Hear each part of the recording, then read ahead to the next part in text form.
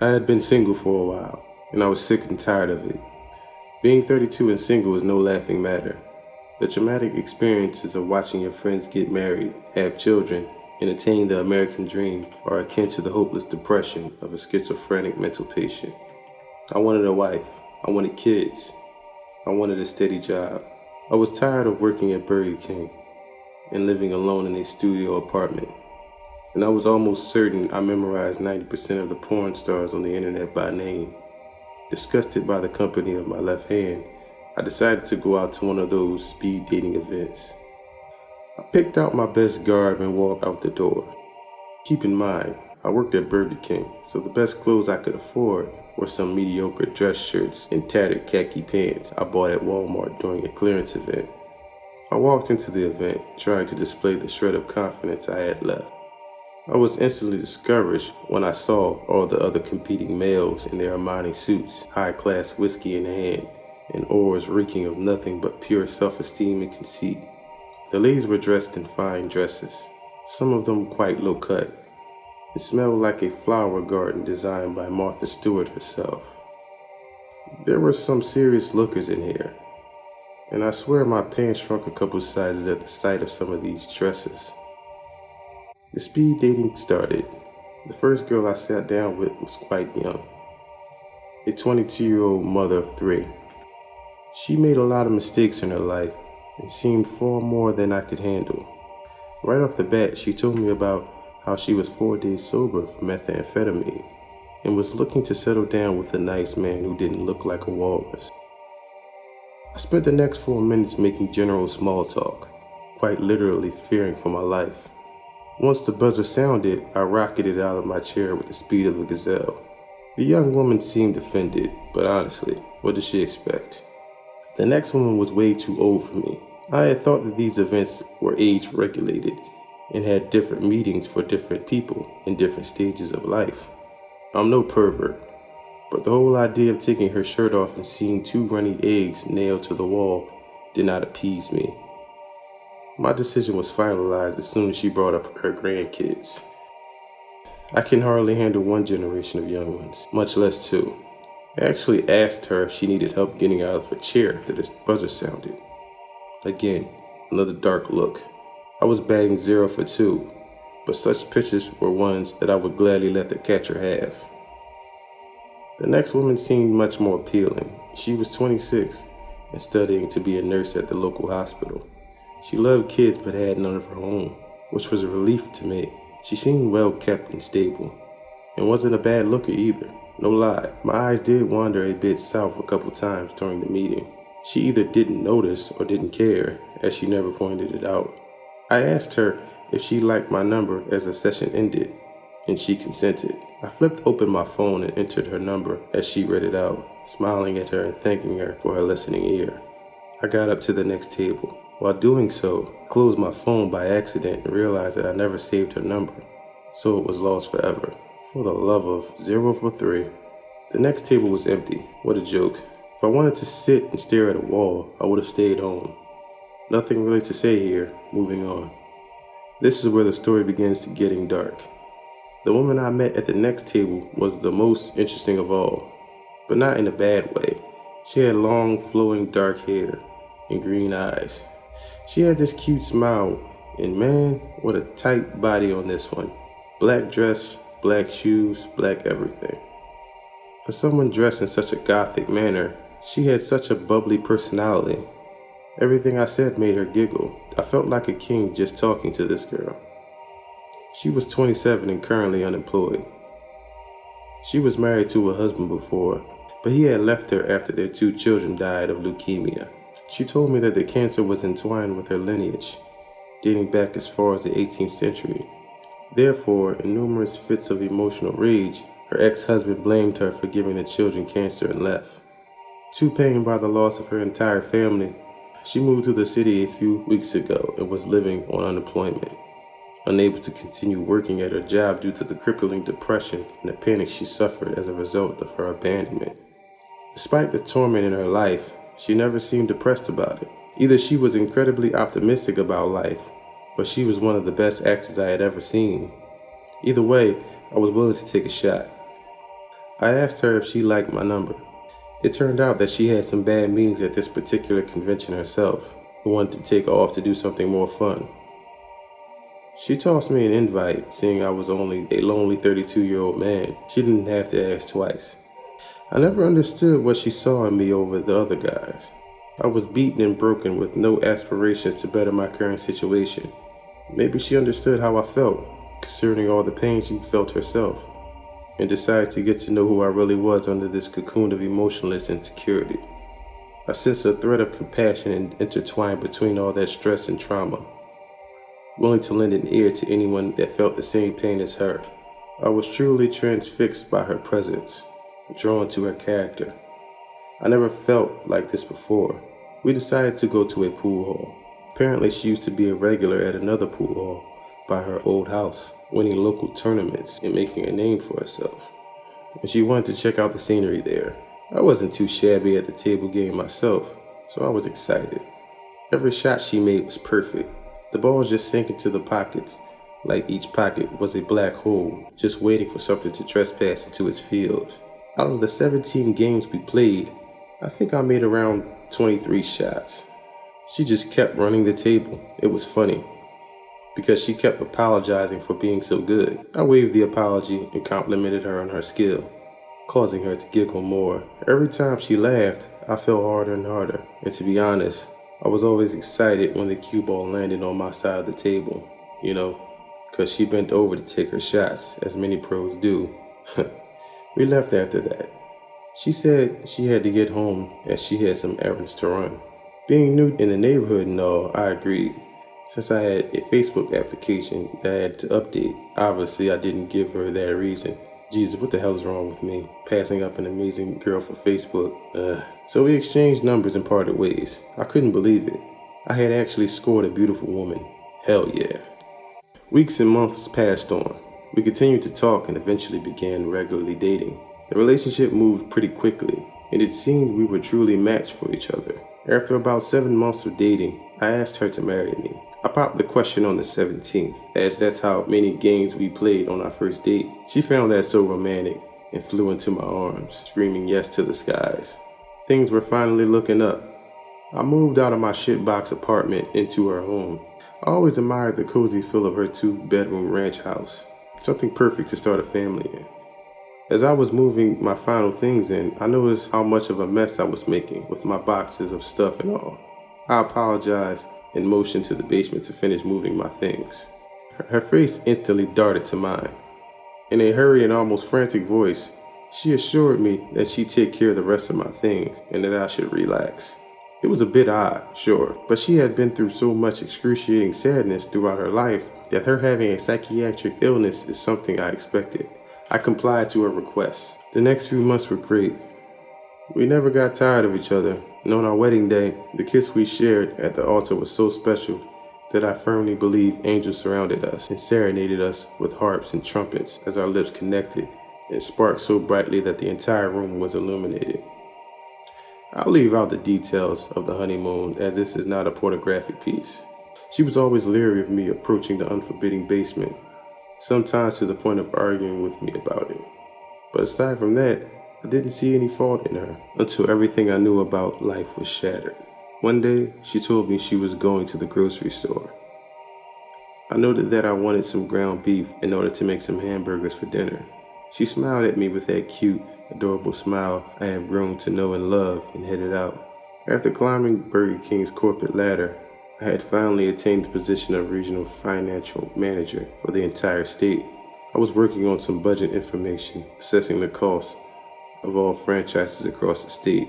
It was a long and arduous process, but I was just getting above 6 figures for it, so I wasn't complaining. After each report was fully completed and evaluated, I moved the files to a USB drive so I could upload them to a computer for the corporate meeting the next day. To my horror, with only 3 reports left to finish, the computer crashed. If I didn't finish these reports, I would surely lose my job. I called my wife, asking her if she had another computer or something that I could use, but she didn't answer. I rummaged through the house to find something to finish these reports with, to no avail. Desperate times call for desperate measures, So I took the daring risk of approaching the basement. The handle was unusually cold, and the door was locked. Frustrated and defeated, I slumped to the couch in a depression. That is, until I realized that there was a specific flower pot that my wife always guarded with her life. On a hunch, I went to it and found the key at the bottom of the pot under the dirt. As soon as I opened the door, a rancid and intangible odor attacked me, like a falling wall from a decrepit building. The entire basement looked as if it was wasting away, a clear contrast to the rest of the house. The heavy layers of dust upon every surface suggested that the basement hadn't been accessed in years. Using my cell phone as a flashlight, I guided myself down the stairs and flicked a light switch. Surprisingly, the bulb still worked. The walls looked molded. The wood was breaking down. The stench was putrid, and the entire place was in disarray. I encountered a strong sense of dysphoria after setting foot in the room, so I quickly searched for some old computer with the intent of running upstairs as quickly as possible. To my luck and astonishment, there was an old laptop and a charger in the corner, hidden under some boxes and books. Oddly enough, one of the boxes was one in which she brought down after I had first moved in. I had not seen some of the stuff in a long time. Ignoring the nostalgia, I seized the computer and charger and raced up to the master bedroom. After giving the laptop a few minutes of power, I booted it up. I ran on Windows XP and was quite the technological dinosaur compared to the modern equipment. But it had Microsoft Office, so it was acceptable. As soon as Windows finished booting up, a system message appeared on the screen notifying me that the new sources had been added to the lag video cache, and if I'd like to check it. I had never seen a system message like this before. I know that snooping is generally taboo, but curiosity overcame me. I was taken to a hidden file that required a password to access it. Rolling my eyes, I moved my cursor to X out of the program when suddenly something typed the password in for me. A bit frightened at this point, I was sucked into the screen. There were 4 videos entitled Him AVI, 1 AVI, 2 AVI, and Y AVI. All 4 thumbnails were pure black. Curious, I clicked on the file entitled Him AVI. Should have never done that. The video was extremely shaky and grainy.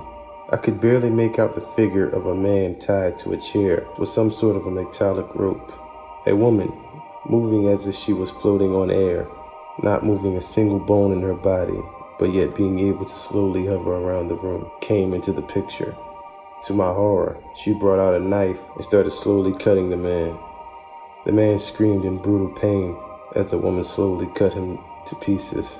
Blood poured from his mouth and all his lacerations as the woman dug the knife in deeper. His clothing was slowly stripped from his body, and after each article was removed, she used a lighter to set all of the newly exposed hairs on fire. Covered in horrific burns and terrifying cuts, the man stopped screaming and was now simply bawling. He occasionally screamed out "why," for that was all he could muster. Each time he did, the woman stabbed him again. She began laughing as the man began vomiting blood and entrails. She picked up the small solid pieces of vomit with a knife and slowly licked the knife clean. Giggling like a schoolgirl, she then proceeded to gouge the man's left eye out while he was still alive. I couldn't watch anymore, so I closed the video. Shaken and horrified, I clicked on 1 AVI. I had to know what was going on. This time it was a young boy, about 8 years old, bound to a chair. He looked confused and innocent. I shook my head and fell into tears. Such a thing was not about to befall this boy. The video was of the same quality of the last one. However, the background was much brighter. They seemed to be in an abandoned warehouse, falling apart in ruin. The woman floated over to the boy, much like she did in the last video, and kissed him gently on the cheek. She slowly brought heat lamps over to the boy, one by one, until the entire video was white. After a while, the camera dimmed so that the boy could be seen again. The innocent look seen in the beginning of the video turned into one of excruciating pain. The heat lamp slowly began burning his clothes and skin. Bubbles and blisters began rapidly forming on his skin as he too screamed in pain. As with the man in the last video, he screamed "why?" It was punished each time by being brutally lashed with a belt studded with pieces of what appeared to be broken glass. The blisters began to boil as the child was roasted alive. Eventually, the screaming stopped and the boy fell into seizures. At this point, the same giggling in the last video could be heard again, this time even louder. She then took a knife and carved, "I deserve this," into the child's melting torso as he screamed. Eventually, the boy stopped moving. I closed out at that point. I needed to see the next one. I had to witness this. This had to be stopped. With such determination, I clicked on 2 AVI. This time, there was no one strapped to the chair. Instead, an infant car seat was in the chair with what seemed to be a newborn infant tightly strapped inside. Like the previous video, a woman floated over to the child. She rubbed its head and briefly went off camera. She came back with a syringe and violently struck it into the child's body, injecting a blue liquid into the child. Unique to the collection, the video began fast-forwarding. At first, the infant seemed normal, happy, smiling, and carefree. As the fast-forwarding progressed, the child grew more and more uncomfortable. It started coughing and wheezing. It began puking up a white liquid and began crying, almost as if it too was saying, "Why?" A dark bottle was briefly placed in front of the camera. The words "tasty juice" were written upon it. The bottle was turned over to reveal its contents, a blue liquid that sizzled when it reached the ground. Blood-curdling screams erupted from the baby as it fell into more of an unstable condition. As the shrieking child grew closer to death, the same giggling in the previous videos presented itself, but this time it was far louder than before. Determined to make it to the end, I fixated my eyes upon the screen, despite how much they were tugging at me to look away. This woman was screaming and laughter louder than the baby was at this point. She floated over to the child again, unstrapped it, grabbed it by its legs, and to my utter shock, swung it head first as hard as she could at the wall. The child's head exploded on impact, leaving cranial viscera and fluids draped all over the wall. The video then went black. Shaking, I forced myself to click on Y AVI.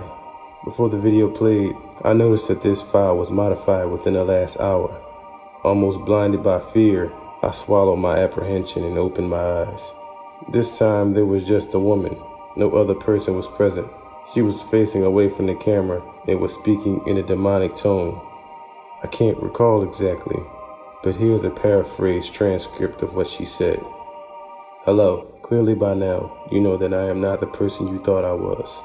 I am a sick and twisted woman. I love this. It makes me so happy to see someone die, especially at my hand. I know you're watching this, and I know you're terrified. The ghosts of those I have killed are swarming around you right now, telling you to pull away from the screen to save yourself. Yet you still sit there and watch, waiting for some happy ending or reasonable explanation as to the events you have just witnessed. There is no special effects here. What you saw was real. I love watching this footage, even so much as to pleasure myself to it, but I had to hide it. You couldn't know. Your lonely piece of shit brain would tell you to turn me in. You were so desperate for love, you fell in love with a serial killer." The woman turned around and instantly I recognized the face of my wife. I couldn't even feel the emotion at this point. I didn't know what to think. My memory had fallen to pieces. I didn't know where I was, or who I had been, or what I was about to go through. Everything in my life died as I saw the once happy and bubbly eyes that I once saw in my wife become vapid and emotionless. A smile crept across her face, one that makes me quiver in malice upon the slightest thought of it.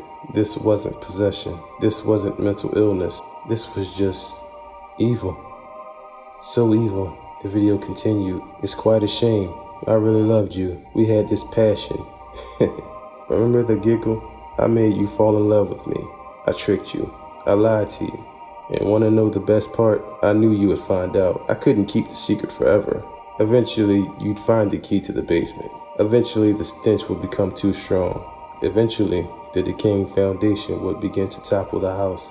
And eventually, you'd finally realize that my children never had leukemia and that my husband never left. I killed them, and they're closer than you think. Why do you think the basement smells so bad? You'd be surprised how easy it is to cement human remains into the floor. You stepped on my dead children and husband. Feel proud of yourself? I know you're watching this. Just made the video. I know what you've done. I began shaking my head, fearing what I knew I was about to hear. A cold sweat crept upon me as I suddenly felt two eyes bore into the back of my head. I was paralyzed. Those noises you're hearing aren't the pipes. Turn around. I slowly turned and froze as I met the psychotic eyes of my wife. She began to giggle. I don't know what happened after that. I've been told by the police that the people heard screams coming from my house during my attempted murder and called the police. I was told by the physicians that I was violated with a sharp end of a screwdriver and that she placed a block of hot ice on my lap. I was tied to a chair, the same one as was used in the previous videos and was videotaped. All the videos are now in police custody, and I refuse to see mine. My wife was given the death penalty. I was present at the execution. Her last words were to tell me that she would never leave me, that she would always know where I was, that she would never give up on my murder, and that she never left the job unfinished. She was so sure to tell me that I would see her again, that she'd send another million to finish the job. She finished by telling me that I would never be safe, ever. She survived the first 3 attempts at a lethal injection, but died on the 4th. She was smiling and giggled like a little schoolgirl right before she died. I have been through extensive therapy, and years later, I have been able to overcome the horrific trauma I saw and experienced. I still make 6 figures a year. I have made a good network of friends, and my life has been incredible. I feel accomplished and successful, something I never felt before. I am now confident, so confident in fact, that I am going on a date tonight with a girl. She's cute too, with this long, dark, flowing hair and vibrant green eyes.